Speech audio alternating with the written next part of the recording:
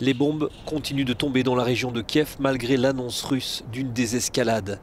Cela n'a pas empêché les troupes ukrainiennes de reprendre le contrôle de la ville de Koukari après 2 semaines d'occupation et de celle aussi de Trostianets, près de Soumy, où le passage des troupes russes a laissé des traces.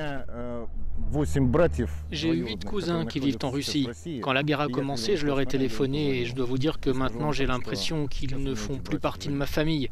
Ils disent que les Russes veulent nous libérer des nazis. Du côté de l'OTAN, on ne croit pas non plus aux promesses d'une désescalade. Le secrétaire général, Jens Stoltenberg, craint même de nouvelles offensives russes dans les prochaines heures.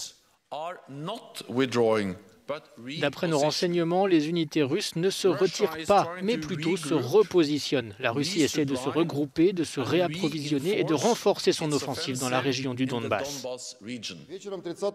Dans son rapport de guerre quotidien, le porte-parole en chef du ministère russe de la Défense a déclaré que les missiles de croisière russes avaient détruit un certain nombre de dépôts de carburant ukrainiens et que ces entrepôts permettant le ravitaillement en essence des véhicules de l'armée ukrainienne dans le Donbass étaient désormais la cible prioritaire de l'opération militaire spéciale.